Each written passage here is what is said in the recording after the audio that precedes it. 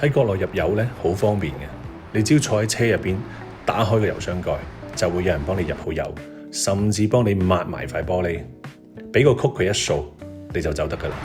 65升，110蚊，即係1000蚊左右。但喺其他歐洲國家入油咧就好唔同，你要自己泊好車，而且要揾準邊一面係油箱蓋嗰面，因為佢啲油槍咧都係唔會好長嘅。停好車之後咧，你要自己落車，擘大隻眼睇清楚係加咩油。如果你加錯油，整壞台車係入你自己數。入錯油我真係試過，好攞命。抽晒成缸40升油出嚟。入滿之後咧，仲要記住好你嘅 number， 去櫃台度俾錢。46. Yes.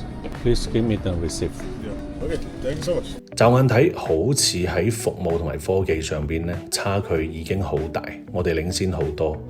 不過其實諗深一層，呢度入邊仲有一個巨大嘅差距，係我哋嘅差距，就係信任。你嚟到加油站，加油站會默認你係一個守規矩嘅人，你係唔會入完油走數，佢仲要追你嘅，冇人會盯住你，淨係信任你，你係會自覺嘅。呢種便利性唔係話做少啲嘢就叫便利，好似喺歐洲搭火車、搭巴士，根本係唔會有人驗票，甚至連閘口都冇，安檢都冇。你入去咧就可以直接上車，就算係幾千蚊嘅火車票都一樣。去到終點站都未必會有人查你，當然有時會抽查好大鑊添，但係大多數情況都係唔會查，佢係默認你咧係一個守規矩嘅人。